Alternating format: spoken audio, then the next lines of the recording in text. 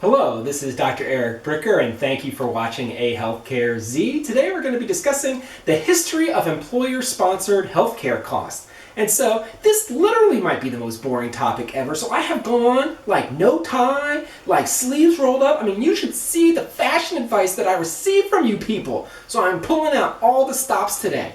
And so what we're going to do is we're going to go through this chart in detail. And what this is healthcare inflation over time from about 1993 through 2018. And you can see that it was incredibly low in the early and mid-90s. And then it became very high in the late 90s and early 2000s. And then it has then come down to sort of a medium amount since then through, like, let's say 2007, 2008 through 2018. Okay, so I'm going to basically break this up into three phases: phase one, phase two, and phase three.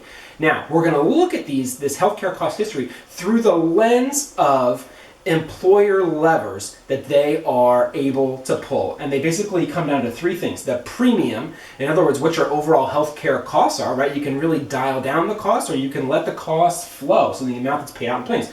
Then the payout, in other words, how much the plan actually covers, like in terms of like out-of-pocket costs versus what the plan's going to cover. So in other words, what's the payout to the employees? What's the deductible? What's the copay? What's the currents? What's the out-of-pocket next? And then lastly is the print. So I had to do PPP, right? So it's really the fine print, right? What's that? That's the rules, right? The rules of what is covered, when, and how. And I was actually described this for disability insurance, but it actually applies to all insurance policies, right? And the point is that in insurance, you can only pick 2 out of the 3 being good, and then one of them by definition has to be bad, okay? And so that's why we're going to talk about how each one of the 3 phases involve these 3 Ps. All right, so phase 1 was the phase of HMOs and managed care. And look, there's a fantastic Health Affairs article. This article was from 1996. And I'm going to go ahead and actually read this here because it says, the central message here is that managed care plans have succeeded in their primary mission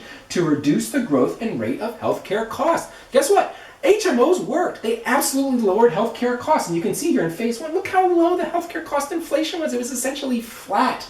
Okay, so you had really good premiums. You had very low deductibles and copays. Like sometimes the deductible was 0, the copays were like $5, but the fine print was really bad. There were tons of rules. You had a gatekeeper PCP. They controlled your referrals 100%. You had to do what they told you to do, or you essentially didn't have insurance at all. So there were very strict rules. So in this case, good premium, good payout, bad rules. Okay, then we move on to phase 2. Phase 2 was, right here, very high costs. Phase 2 was PPOs plus obesity. So in the 90s, if you all can remember, there was the huge backlash of the Patient's Bill of Rights. People did not like all those rules, and so you can see this is over time that the percentage of people in HMOs went down while the people in PPO plans went up.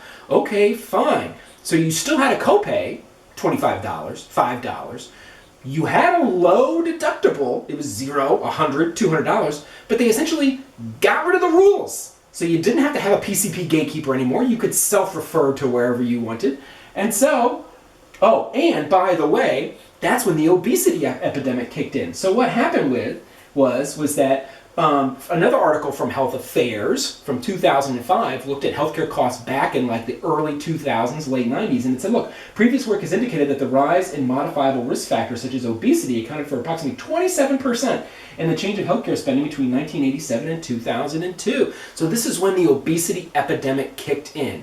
So you had no rules, you had low out-of-pocket costs, and you had obesity going through the roof, upwards of 30 to 35 to 40%. Now it started in 1980, but as you can imagine, the long-term effects of obesity took about 10 to 15 years to really kick in. You didn't start getting sick with hypertension, high cholesterol, heart disease, back pain, diabetes in year 1. It took several years, a decade and a half of that obesity to essentially result in that.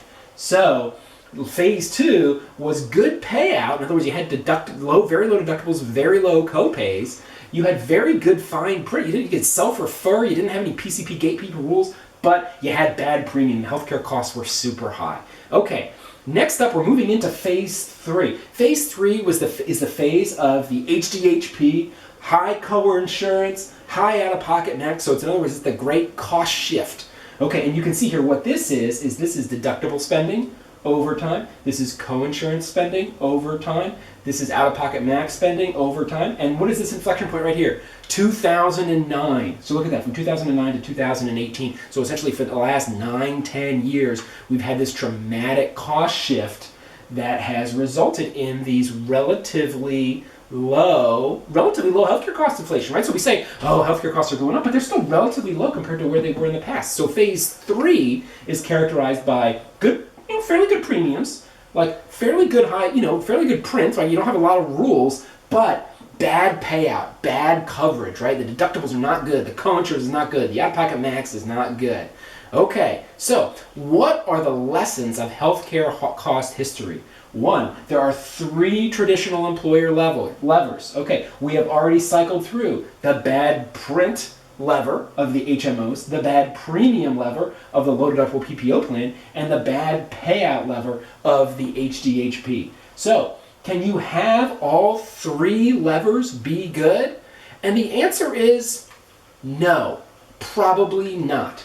However, what I think, and so just as you can imagine, there is no quote-unquote silver bullet, right? Everyone's looking for the easiest solution as like one thing, but life is complicated, and so what it really calls for is a Goldilocks approach. Not too hot, not too cold, just right. And what I mean is not too hot, not too cold, just right as it relates to the print, the premium, and the payout. In other words, you have to you can't overshoot any one of those 3. You have to kind of tweak all 3. And that's exactly what navigation, on-site clinics, direct contracting, reference-based pricing, second opinion programs with centers of excellence, all of those different levers need to be tweaked by group. And I was talking with a benefits consultant earlier this week, and that's why essentially the broker benefit consultant and the head of benefits and HR, you're essentially like the doctors for the plan. And you have to diagnose the plan and you have to tailor a specific treatment or a Goldilocks approach for your specific group. Because just because it works for group A with a highly concentrated group of employees at a municipality doesn't mean that a group works with group B with a highly distributed sales force from coast to coast. And so those are the lessons of history that we can learn. And thank you for watching AHealthcareZ.